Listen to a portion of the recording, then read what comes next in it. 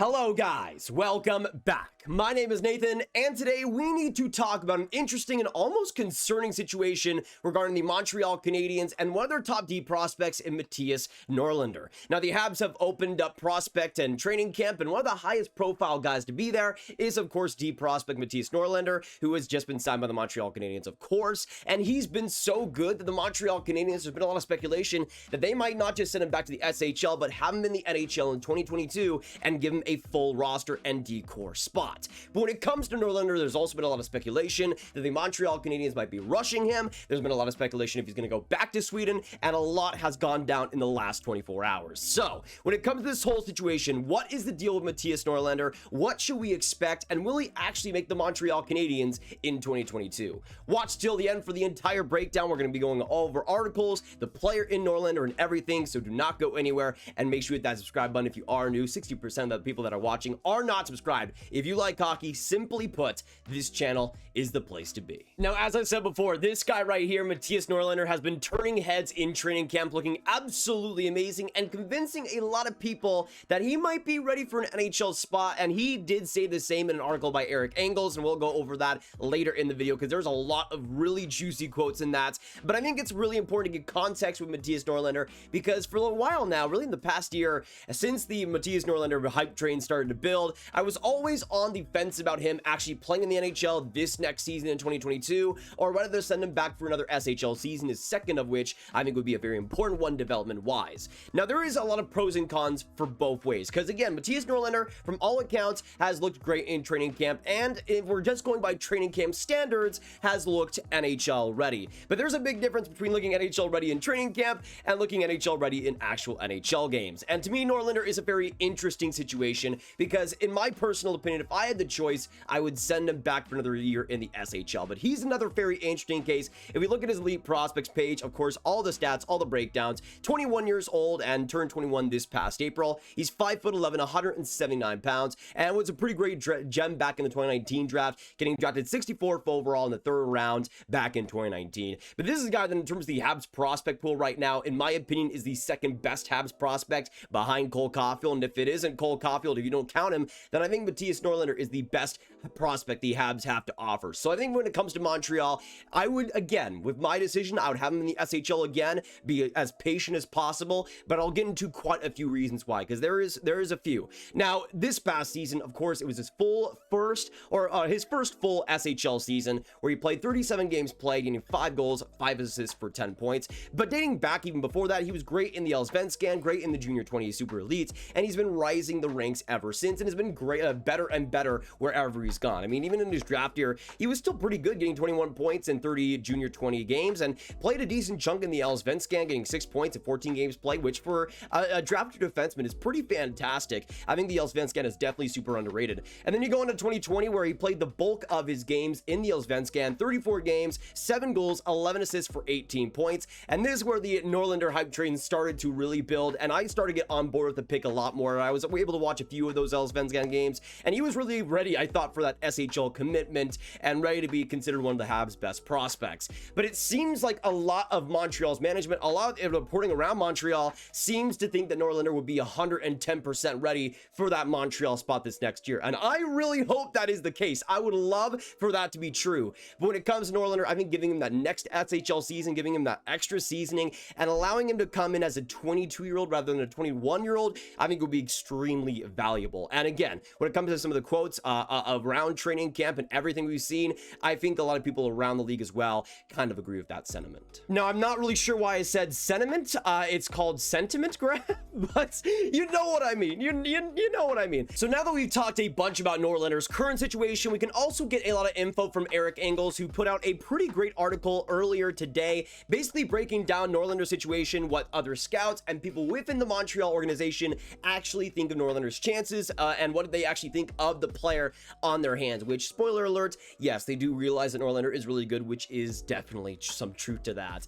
Now, when it comes to Eric Engels, I've highlighted a lot of the great quotes here. We can go over most of this article, which again, I think is super insightful to what we could see potentially on the final roster if we could see Norlinder making it, or whether he'll be back in the SHL. And he starts off with some pretty interesting quotes. How the 5'10", 179-pound defenseman manages the remainder of his rookie camp and his first NHL training camp to follow will ultimately determine if he starts the season with the Canadiens or returns to Sweden to play in the SHL with Frölunda. So that was already information we kind of knew, but it's good to get confirmation on this. Again, how he manages the rest of the rookie camp could determine whether he's on the NHL squad or in the SHL, which again means that there's a pretty even split, maybe in chances, whether he makes the NHL or he goes back to the SHL. So that is very interesting to note. He also goes on to say this, but on this day, he was a standout among 26 other prospects taking part in the first on-ice session under Laval Rocket coach Jean-Francois Howe.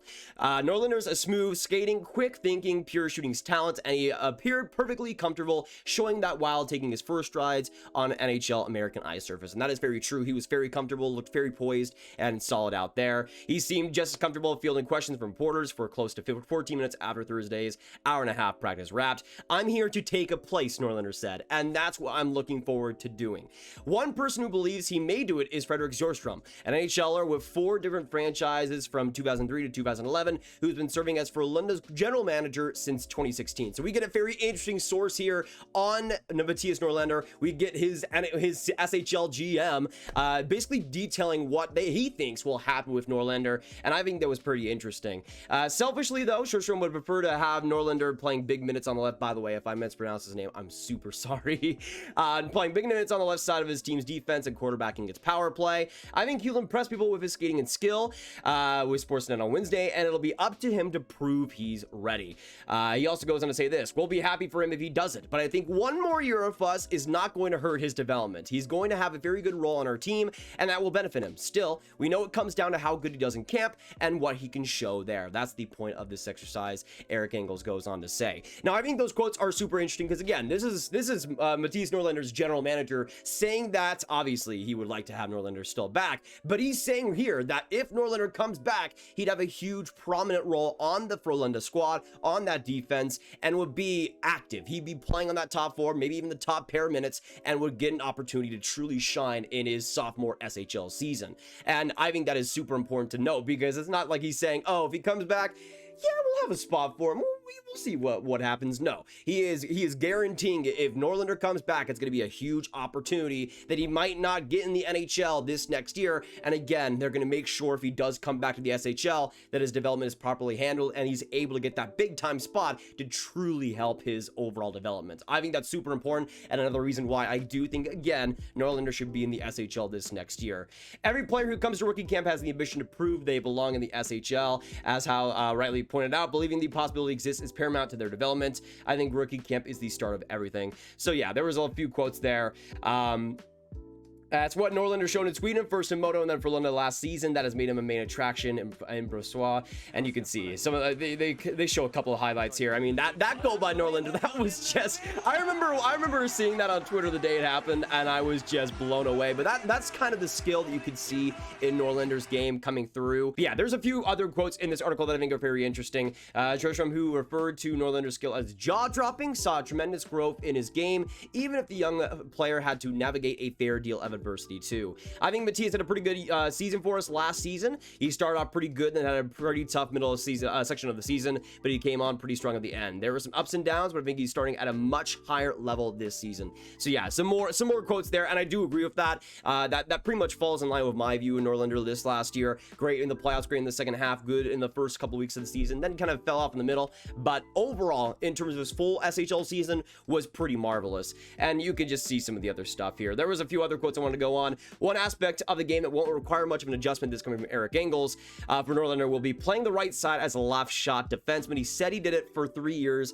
before starting on the left with Frölunda last year, and he appeared totally at ease there throughout his first practice at rookie camp. That gives him an edge in his pursuit of a roster spot with the Canadiens this fall, with the defense being shallower on that side. So a very notable point there by Eric Engels that, again, that left side isn't the strongest for the Montreal Canadiens, and that could lead to Norlinder maybe getting more of an advantage, maybe getting more of a chance of making the squad. So that is very interesting. Again, I'm not totally on board, but that is a possibility, and that is a reason if the Habs do have him in the NHL this next year. But he goes on to say Norlinder skating, his puck moving ability, and power play presence could also help fill needs if he proves capable of playing at this level. That process will continue to be under the microscope, and not just here in Quebec, as camp continues. For us, we're going to follow him closely. We want Mattias to do well, and we're proud of him. It's his dream to play in the NHL, so you want the kid to succeed. So there you go. A lot of great quotes in that article by Eric Engels, and again, go read it if you want to see the full thing.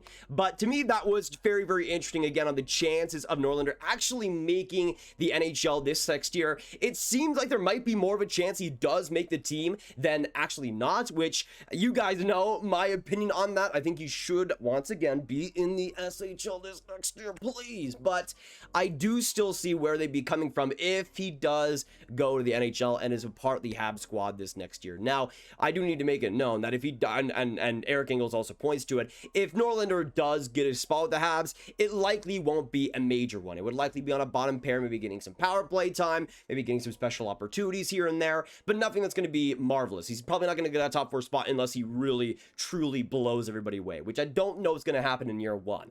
But that is kind of what we're seeing here. You could either have a situation where he's playing in year 1, he'd be in a top 6 spot, likely on a second power play perhaps, and getting those opportunities, or you could have him on a first pair in Frölunda, playing in the SHL, truly comfortable back in Sweden, and really working on his development and working on his game to make the NHL for sure in 2023. You guys know already what I think should happen, but I want to know in the comments down below what you guys think should happen with Norlinder, how you would do this situation. Would you send him back to the SHL? Would you put him in the NHL squad for now, have him in a more limited role? Let me know your thoughts. But I think with this whole situation, it's going to be such an interesting one to keep an eye on, because again, even if Norlinder does play this next year, there's still going to be a lot of tension going into the following years of whether he'll actually make a big upgrade, whether it'll be another Jesperi Kotkaniemi situation, because I think when it comes to Norlinder, I can see the case for either way. This is another situation like Kotkaniemi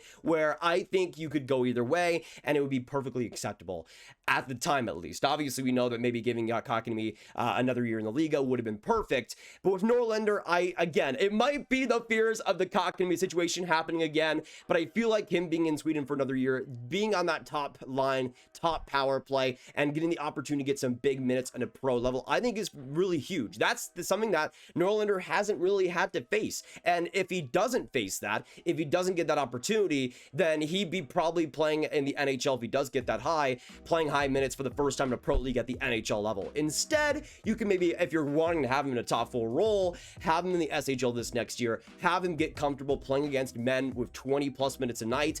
And to me, that's just the more logical solution. And again, when it comes to Montreal, one of the main reasons why I don't think they should send him up is just the fact that the Habs are still okay on that left side. They're not great, they're not good even, but it's not like they need Norlinder right now. And I don't even think if Norlinder were to play this next season, he'd be that much of an upgrade or on even like a Sherratt or like a Brett Kulak, in my opinion. Though I do think if you give him that extra year, he could be in the top 4 in 2023 and be pretty comfortable in that position. So for me, it's just a choice of waiting. Do you want to wait for this great prospect to be great, or do you want to rush this great prospect into being good? That to me is the two solutions you have here. And with Montreal, it seems like they're trying to win this next year, so Norlinder might be maybe a part of that. But to me, if you're trying to grow, especially defense prospects, you give them the time to truly succeed. Even though Norlinder does want to be in the NHL, obviously this next year, why wouldn't he be? At the same time, to be in the SHL this next year, I think would be perfect. We'll see when the Montreal Canadiens decide.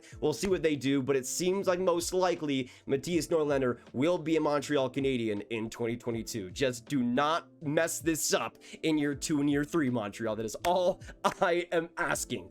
But that is going to be it for today, guys. Thank you so much for watching. If you did enjoy, make sure you hit that like button, hit that subscribe button, hit that notification bell. Please let me know in the comments down below what you think. Do you think Norlinder should be in the NHL this next year? How would you play him? How would you develop him? Should he be in the SHL? Should you send him down to Frölunda? Let me know all your thoughts. And by the way, I don't know if he'll be, I don't think it's been, I think it actually has been confirmed that he won't be in the AHL. So it's either the NHL or the SHL for Mattias Norlinder. But let me know your thoughts, all of them down in the comments down below. Make sure you share this video with any hockey fans you know online, any Habs fans you know online, and click the card up here for all of my my prospect talk right in one playlist. My name is Nathan. Have a great day. Drink some water, and I'll see you in the next one.